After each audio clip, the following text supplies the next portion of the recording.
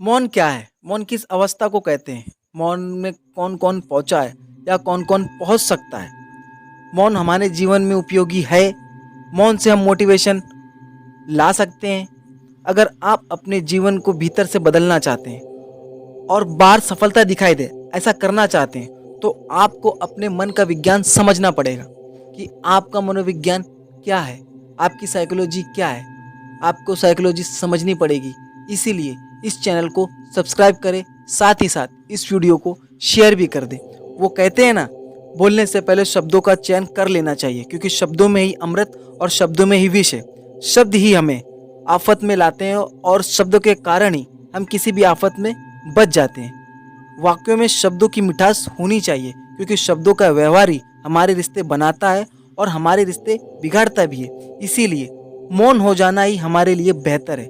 यदि हम मौन हो गए तो बहुत सारी समस्याओं से बच जाएंगे और बहुत सारी जो समस्या आने वाली है उसका हम सामना भी कर सकेंगे। शब्दों बिना जीवन व्यर्थ ही है, इसलिए अपने शब्दों का उपयोग सोच समझकर करना चाहिए। ऐसा हमें धर्म गुरु बताते हैं, धर्म के ठेकेदार बताते हैं और धर्म की दुकान चलाने वाले बताते हैं। वो भी शास्त्रों, पुराणों, ग्रंथों का सहारा लेकर बताते हैं कि यही लिखा हुआ है। मैं थोड़ा डिटेल में नहीं जाना चाहता, पर इसी मात्रा में उन्होंने बताया और बेचारी जनता हमारी फंस जाती है और उन पर यकीन करने लगती है। पर मौन होने का ये क्राइटेरिया नहीं है। ये सारी बातें सिर्फ और सिर्फ बाहर की सिचुएशन पर लागू होती है और ये सभी लोगों का अनुभव है, बिना किसी एबीसीडी के और बिना किसी अपवाद के। क्या हम लोगों को, क्या आप लोगों को या किसी भी मनुष्य को इतनी चेतना नहीं है कि कहाँ पर किस समय क्या बात करनी चाहिए? कम से कम इतनी चेतना तो आज के डेट में हर मनुष्य के पास है। लेकिन ये सारी बातें बुद्धि के विकास की हैं, मन के विकास की नहीं है। इन बातों का मन के विकास पर कोई प्रभाव नहीं पड़ता। उल्टा हमारे मन को दबाने की कोशिश हो रही है। और मनुष्य इतना चालाक है कि सदियों से, युगों के युग बीत गए, हम सिर्फ और सिर्फ अपने मन को मारते चले आ रहे हैं और समाज इसे ही बुद्धिमानी कहता है। और आप सभी जानते हैं कि अधिकांश बुद्धिमान लोग हमेशा परेशान रहते हैं, चिंतन में रहते हैं, संकट में रहते हैं। मौन का सीधा सीधा मतलब है भीतर शून्य होना। शून्य होना अर्थात बाहर की किसी भी वस्तु, विचार, धर्म, रीति रिवाज, मान्यता या कोई भी ऐसे वादे, लुभावने बातें किसी से भी प्रभावित ना होना। भीतर सिर्फ और सिर्फ शून्य होना, एक भी विचार ना होना।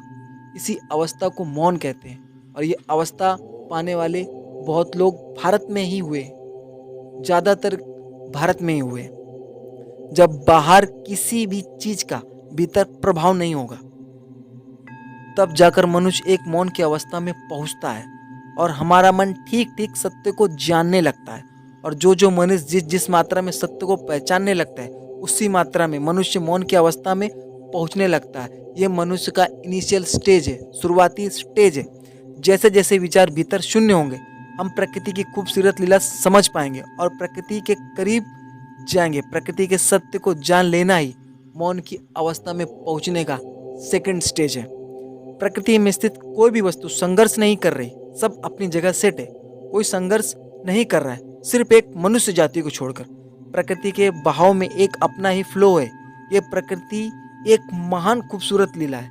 इस सत्य को जानना ही मौन है। जो इस सत्य को जान रहा है वही प्रकृति के करीब है। और जो मनुष्य प्रकृति के सत्य के करीब है, वो मौन की अवस्था में अपने आप पहुंच रहा है। उसे कोशिश करने की जरूरत नहीं है और ना ही संघर्ष करने की जरूरत है। सब कुछ सहज है। जैसे जैसे मनुष्य प्रकृति के सत्य के करीब जाता है, बुद्धि सूक्ष्म होने लगती है।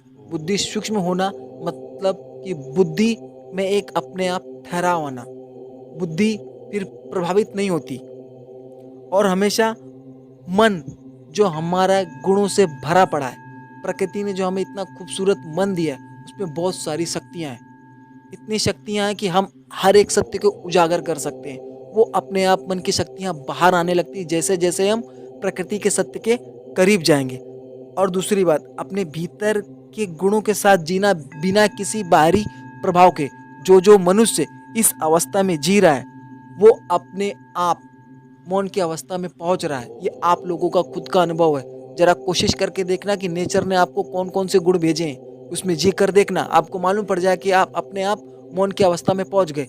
ये हर एक मनुष्य के सिस्टम में है, बहुत सारे गुण भरे पड़े हैं, लेकिन क्या प्रभाव, बाहरी प्रभाव के कारण हम फंसे पड़े हैं। जैसे जैसे आप अपने भीतर के गुणों में स्थित हो जाएंगे तो फिर आपको कहीं बाहर से मोटिवेशन लेने की जरूरत नहीं पड़ेगी। इसे ही कहते हैं सेल्फ मोटिवेशन। ये सेल्फ मोटिवेशन में कभी और डिटेल में समझाने की कोशिश करूंगा। फिलहाल अभी मन की अवस्था पर बात करते हैं। जो जो मनुष्य प्रकृति या भगवान के नियम को तोड़ रहा है वो कभी मौन की अवस्था में नहीं पहुंच सकता। कहने का मतलब यह कि प्रकृति ने आपको बनाकर भेजा है तो प्रकृति ने आपको बहुत सारे गुण देकर भेजा है। यदि आप बाहर से प्रभावित होकर कर्म कर रहे हैं तो आप अपनी मौन की अवस्था में कभी नहीं पहुंच सकते, कम से कम इस जन्म में तो बिल्कुल भी नहीं। ये सत्य है, क्या करें, मुझे कहना पड़ रहा है। मनुष्य की बुद्धि को लगता है कि जीवन में संघर्ष है और संघर्ष करना ही पड़ेगा, नहीं तो जीवन बनेगा नहीं। बस यही मनुष्य फंस रहा है और सदियों से फंसते चला आ रहा है। इतने युग बीत गए और मनुष्य इसी में फंसा पड़ा है।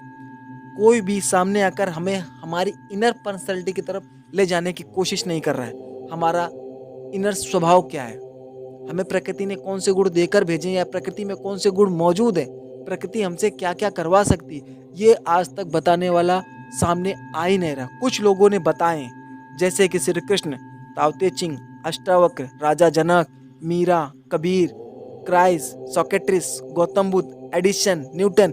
ये महान लोग हैं जो मौन की अवस्था में जिए हैं और जैसे जैसे अपनी मौन की अवस्था में जिए हैं वो ठहर गए हैं, प्रकृति के गुणों में ठहर गए हैं। आज देख लीजिए उनका प्रभाव हर मनुष्य पर आज भी है। और हाँ दोस्तों, ये जितने भी महान लोग हुए ना, ये सारे के सारे मनोवैज्ञानिक है।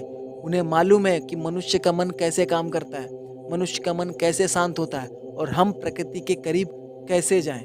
वो लोग प्रकृति के करीब पहुंच चुके हैं, मनुष्य के मनोविज्ञान को जानते हैं, समझते हैं, परिणाम भी जानते हैं, इसलिए उनमें ठहराव है।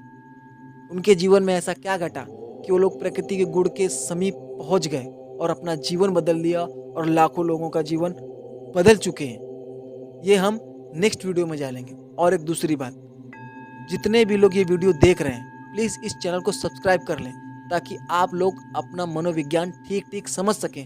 यदि आपको लगता है कि आपको कोई चीज़ बांध रही है, आप फंसे पड़े, तो आप मुझे डायरेक्ट कॉल कर सकते हैं। धन्यवाद।